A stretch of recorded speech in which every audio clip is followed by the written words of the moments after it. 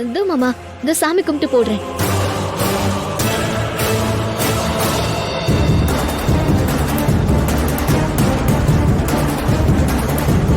நீ காப்பு போடுவானுதி.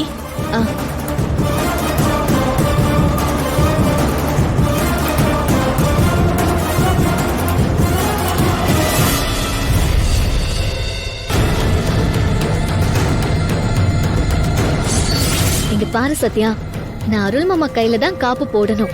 அதனால நான் காப்பு போட போறப்ப சரியான நேரம் பார்த்து நீ தான் கரண்ட புடுங்கி விடணும். அக்கா, ஏங்கா இப்படி எல்லாம் பண்ணணும்? நீ பேசாம கரிகாலன் மாமா கையிலேயே காப்பு போட்டு அவரே கல்யாணம் பண்ணிக்க வேண்டியதானே? கரிகாலன் மாமா தான் நான் எப்ப என்ன கேட்டாலும் வாங்கி தருவாரு.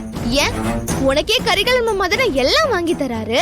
ஆனா அருள் மாமா நமக்கு ஏதாவது செஞ்சிருக்காரா?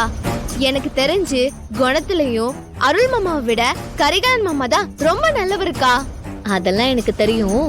ஆனா நான் அருள் மாமா கையில தான் காப்பு போடுவேன். அதை யாரும் பாத்திர கூடாது. முக்கியமா நம்ம அப்பா பார்க்கவே கூடாது. ஒருவேளை பாத்துட்டாருன்னா பெரிய பிரச்சனை ஆயிடும். அப்புறம் என்ன நடக்கும்னு யாராலையும் சொல்ல முடியாது. அதனால நான் காப்பு போட போறப்ப நீ கரெக்டா கரண்ட் புடுங்கி விட்டுறணும். நீ யாரு என்ன சொன்னாலும் கேட்க கூடாதுன்ற முடிவோடயே இருக்கல்ல. அந்த அளவுக்கு இந்த காதல் உன் கண்ணை மறைக்குது. இதெல்லாம் எங்க போய் முடிய போகுதுன்னு தெரியலக்கா. எல்லாம் என் கல்யாணத்துலதான் முடிய போகுது. நீ ரொம்ப பெரிய மனுஷி மாதிரி பெரிய பெரிய பேச்செல்லாம் பேசாம அக்காவுக்கு நல்ல தங்கச்சியா அக்கா சொல்றத மட்டும் பண்ணு. எல்லாம் நல்லபடியா நடக்கும். பண்ணி தொலைக்கிறேன்.